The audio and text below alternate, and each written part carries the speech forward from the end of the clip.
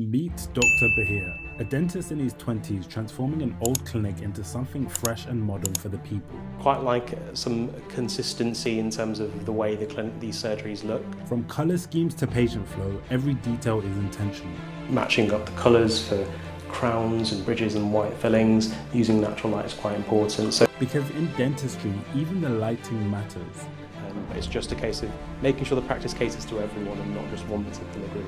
This space isn't just for smiles, but it's for the whole community. For example, with the NHS, we do want to try and increase the provision of NHS services we're providing. But stepping into ownership in your 20s comes with a steep learning curve. There is a lot that I never thought about before getting into the business side of dentistry. This is more than just a renovation. It's a new vision for what healthcare can look like when it's built by those who care. So welcome back to another episode of the Business of Healthcare. Hey guys, welcome back to the channel. Today we are at another clinic and I am with a dentist today, and he's going to be showing us some of the work that he's planning to do on this surgery that he's recently acquired. So it's a pleasure to meet you. Would you be able to introduce yourself to the viewers at home and talk us through your practice? So I'm Dr. Bahir. I'm co-owner of Kingston Road Dental Practice in Hull. So this is a relatively new venture for me and my business partner, but the practice has been running for about 50 or 60 years. So it has a well-established patient base, but we're just wanting to update things and bring a little bit of a modernity and life to the practice. So we have a lot left to do in terms of the development of the practice, but we're getting the ball rolling with interior works, building up patient base, and just making sure that we're making improvements not only to the services we're providing in terms of healthcare, but also just the experience for patients and for staff. Amazing. And I think whilst we're on this channel, I love talking about the business of healthcare. So we should probably talk about some of the things that you want to change. You mentioned that you want to make it modern. So we're standing here in this waiting room, or this reception, I guess. What are some of the things that you've been thinking about whilst you've been looking at this space that we're in right now? So our initial thoughts are just trying to maximize the space that we have. So my first instinct when I came into the building over a year ago was we have a lot of space in reception and a larger room for patients to wait for their appointments, for treatments. Whereas I think we can maximise the space by utilising that back room for something else, maybe another dental surgery or providing other sorts of treatments like facial aesthetics, and make the most of the space we have here for both a reception and waiting room for patients. It keeps patients in the loop with staff, so there's always someone on hand if something's needed as well. Okay, and could you maybe show us like where in the space that you want to... Yeah. Like how are you going to utilise the space? It's quite a big, I guess, empty space at the moment. It is. And we've got a lot of storage at the moment because we're part way through getting contractors in to give us quotes for the works that we want. But the generic idea is to remove this reception desk and strip the room, moving to a smaller reception desk in this area here, with a plan to have a backlit sign for the clinic that patients can see directly through the window. I think being on a long mostly residential road here, it's not necessarily easy for a lot of patients that are driving by or people driving by to see the practice. So we just want to make it more obvious and maybe more attractive and appealing to people that are passing by. Cool. So people walking through the door, the reception will be against this wall. That's the plan. They will sit here, I guess. Yeah, so the plan is to have a few seats in this direction, near the natural light, near the radiators, as it can get a little bit cold in certain times of the year. But once we have our reception here and patients here, if the patient needs anything, it's a little bit easier having staff on hand in the same room than, around the corner where then we're not able to see them. If there is anything that's happening, it's a lot easier for us to help them or intervene. Yeah, and from a branding perspective, like at the moment, the colours are very I guess you can work with the colours. What are you trying to go for? What type of vibe? Is it more luxury? Is it more very minimal? Like what type of things are you thinking? Yeah, I think we wanted to, like I said, bring some modernity to it, but still respect the building that we're in. It's not, just a dental clinic in the middle of town. It's part of the residential area, and there are a lot of people that have known this practice for a very long time. So we just want to respect the environment and the building itself. So our plan is to keep it at not necessarily bright white clinical colours, but go for more of I would say a traditional look, but still bringing that nuance and vibrancy to the building. So I have a few photos I can show you of ideas of what we would like in terms of colour schemes, but we're thinking a white and dark blue with gold accents. Cool. We have a few paints already selected, but we're yet to get all of the smaller parts, such as light fittings and a radiator, for example. So when you say white and blue, are you literally like blue on this wall, white on that wall? Are you going like, how are you going to split the colours? So we're planning on splitting the colours by having a white undertone, or best way to describe it, the lower half of the wall would be white, whereas the upper half of the wall would be a darker blue, so that when we have the gold logo and the sign backlit on the wall, it stands out a little bit more with a dark background. Yeah, so this is our current waiting room. So we have about 6 or 7 chairs here for patients to sit and wait. Of course, there isn't any space for staff to monitor if anything is going wrong, you know, if there was a medical emergency or a patient needed even just a drink of water. It's a little bit easier if we have them with staff. But it is a large room that we have a few books and toys out for children which have been there since we've taken the practice on. But we're thinking rather than using the room for this, it's maybe better for the community and for the business and practice as a whole to have another dental chair. And that would be something that we'd be looking at in the long term. We have 2 surgeries upstairs which we'll show you in a moment. But we're thinking we can use this room to provide other services in the meantime whilst we're building up our client base and increasing the amount of services we provide. So if you're going to change this room to a service-based room, what type of layout or considerations are you thinking about just taking this room and making it, whether it's a dental surgery or another type of surgery? Well, there are certain things we would want to have in a dental surgery, obviously a chair, some side space, some storage, but then some luxuries that I would quite like for patients that I think if I was a patient I might appreciate. For example, having a TV on the wall or maybe the ceiling, so during longer treatments, or if the patient is quite nervous or anxious, they've got something to distract them or to look at. So it can be quite useful, and I think it is an attractive thing for patients as well.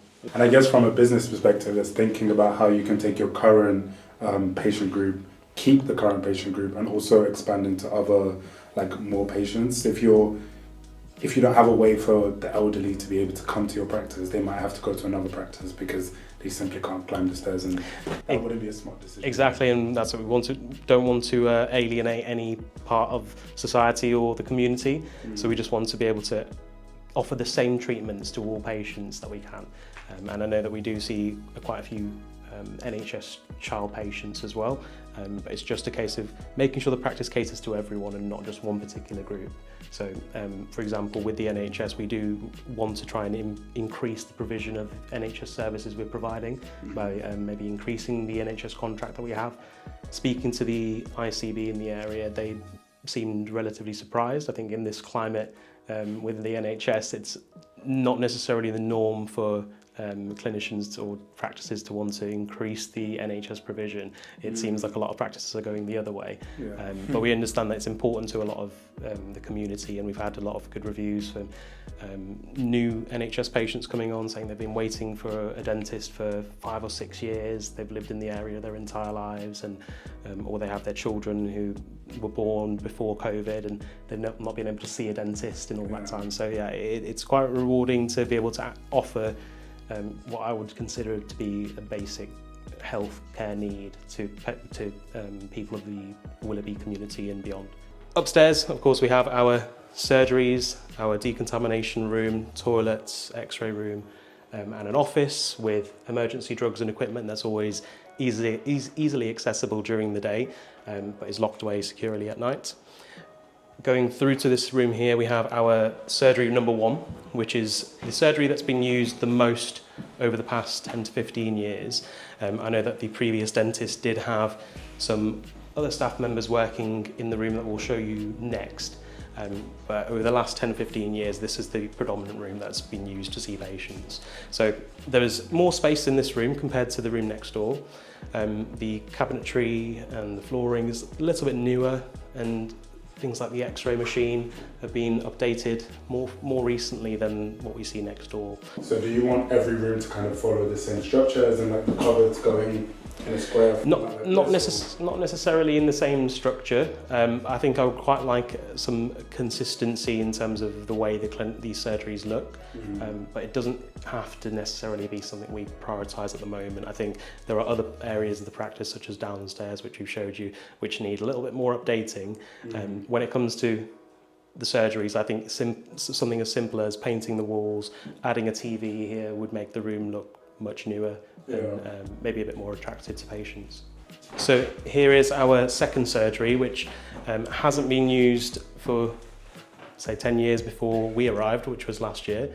The only thing we've changed is this dental chair. The dental chair that was in this room previously did have a few issues with it, so we decided to update the chair and have something that was a little bit easier to use and maybe more user-friendly for what I'm used to. So in terms of like remodernising this room, what are we thinking? Like, obviously the cupboards are, I guess, a 1980s brown. So in my opinion, that's probably one of the first things you'll do. What are you thinking? How are you planning to get this place back up to standards? So I'm thinking some natural spotlights. So we're looking at the tone of the lighting that we're using. We don't want anything that's too fluorescent or has a tint to it. We want something that mimics natural light, and I mean, nothing will be better than natural light. So we luckily do have windows in all of these surgeries, and if we were to go downstairs, an even bigger window. But when it comes to, say, matching up the colours for crowns and bridges and white fillings, using natural light is quite important. So lighting's one thing. Cabinetry, yes, it is definitely quite dated, so that's definitely something we're planning on updating. And if we were going to move a surgery downstairs or add a surgery, I would quite like to make it consistent. And it might be something that we decide to match up to the hallways with the blue and white theme that we spoke about earlier. But then again, it might be nice to have something that's a contrast when you walk into the surgeries. And in terms of like other dentists that work in this building, is it primarily you at the moment? Do you employ other dentists? Like, what's the structure that you're kind of... So at the moment we have a dentist available or at least one dentist available every day of the week. Partly so that it's easy for patients to access a dentist if they need one. We do also have a dental therapist that's available 1 to 2 times a week. So we have now provided a slightly different service compared to what patients are used to. Not many of the patients that were being seen at this clinic were used to seeing someone like a hygienist or a therapist. So it's adding a job role into the practice that hasn't been here before, and it's maybe new for some of our pre-existing staff members to see that there are other job roles in dentistry that are useful to add to your team. But when it came to taking on the practice, it was just myself and the previous owner who stayed on for a few months, which helped to transition, going from never owning a practice myself to a gentleman that was leaving the profession and retiring, maybe with different thought processes behind different parts of dentistry. So it was nice to have a comparison to what the previous owner was used to doing, what his patients were used to, and it was a good opportunity for me to have someone help introduce myself to the patients that we were taking on and looking at. So what else is left up here? Like, this is, we've been to clinic 1, we've been to clinic 2, what else is upstairs? So next we'll take you over to the decontamination room. So it's quite important for us to have a fully functional and well-equipped decontamination room that can service both surgeries. So here we have our dirty and clean sides in this decontamination room with our 2 sterilizers. We have one that's slightly older and a newer machine. So it's useful to have 2 sterilizers on the go, depending on how much treatment we have on the day. Sometimes if the day is a little bit busier and we have some equipment that we don't stock a huge amount of, it's good to have both sterilizers available. So if we need to clean an instrument because we have the same treatment in the afternoon as we did in the morning, we have the flexibility to do that. So that was something that we found quite useful when we took the practice over. But then of course we have some space in the cupboards for different types of treatments and different types of equipment. My nurses thankfully know exactly where everything is and how to manage decontamination rooms a little bit better than I am. So it's a good thing that we have a partnership and a team that can help each other. So how often do you have to like restock this room? It seems like there's a lot of things that you would always be having to restock, such as, in fact, I don't want to embarrass myself and say what it is, but let's just say like the tissues, for instance, or the other stuff. How often are you having to keep restocking the space? So we do orders weekly, and a lot of that is generic equipment for cleaning and decontamination, like pouches to store clean instruments. But these are things that will always be the case in healthcare, getting gloves, masks. But then there are more specialised areas of equipment that we might need to get monthly or yearly. For example, there might be a treatment such as a post, or that maybe we don't do for every patient, where they have a very broken down tooth, and that sort of equipment isn't necessarily used on a weekly basis, not for me at least, and not for the patients that I offer treatments to, but it is something that every now and then a patient may ask for, and it's important that we have that equipment available to us. And there are instances where if there's a very specialised treatment that we can offer and a patient does want that sort of treatment, we might then order in equipment specifically for their treatment date. And then we have the benefit of keeping that equipment until it expires, and if we did have another patient come through that wanted some treatment, it's already there, it's already ready. I think before we close out the video, it would be great for someone who's watching at home, what would you say, based on your journey so far? You mentioned that this is the first clinic you've owned. What is one thing that you would like to give for advice for someone who's thinking about starting their own clinic, or maybe it's a dental practice as well? What's something that you've learned on this journey that you think is important for someone at home to learn from you? I would say if you're passionate about getting into the business of healthcare, do make sure you know what you're getting into and do your research beforehand. Make sure you're aware of all the checks and balances that need to be accounted for. One thing that for myself was a little bit of a learning curve was becoming aware of all the CQC requirements and regulations for a dental clinic specifically, which we weren't necessarily briefed on to a great amount of detail at university. It was mostly focused on healthcare science and treatment of patients, whereas moving over to the business side of things, there were a few things like the regulations that I had to then become aware of and learn, and part of that process was becoming the registered manager for the clinic with the CQC, which involved an interview and doing research into certain areas of running a clinic that maybe I wasn't initially aware of. So yeah, just becoming aware of the checks and balances, the regulations that are going to be required for you to overcome, and making sure that it's something that you can then proceed to uphold as time goes on. One thing you don't want is for you to open up a clinic or take a clinic on, think that you know your stuff with certain requirements, regulations for your clinic, and then finding out that there's something that you can't necessarily take on, or you don't have the manpower or the time yourself. There's one aspect which is the clinical side, there's one aspect which is the business side. The clinical side, that's essentially what you went to university to do.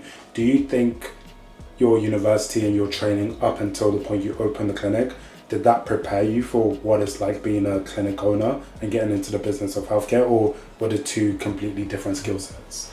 I think there is always going to be some crossover being in this field of healthcare, but there is a lot that I never thought about before getting into the business side of dentistry, and I was fortunate enough to have a business partner that had experience running practices, so I could then we could feed off each other. I could maybe give some clinical support, she could give me some support in understanding the business side of the clinic and how to manage a patient list, how to manage staff is maybe another thing that people don't necessarily think about when it comes to opening a clinic.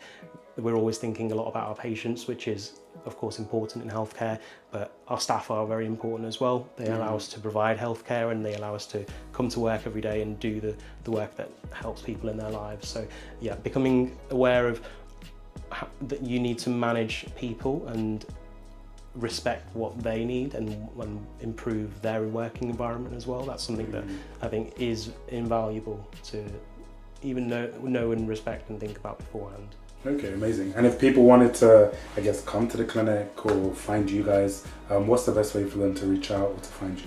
So of course you can search us on the interwebs on Google. Just type in Kingston Road Dental Practice if you're nearby and you want to come and visit and book an appointment. If you want to find us on social media, type in Kingston Road Dental Practice. You'll find us on Instagram, Facebook. Maybe we'll venture out into the world of TikTok at some point in the future, but I'm not sure that's my forte, so I'll leave that to the rest of the staff. So this has been another tour looking at another practice which the owners are planning to completely transform. We'll come back when the work is done just to be able to show you guys what it looks like. But I'd love to know what you guys think. Is there anything that you would do differently? Just let us know in the comments below. And if you have a clinic similar to this which you'd like us to come along and record your journey, please let me know in the comments as well.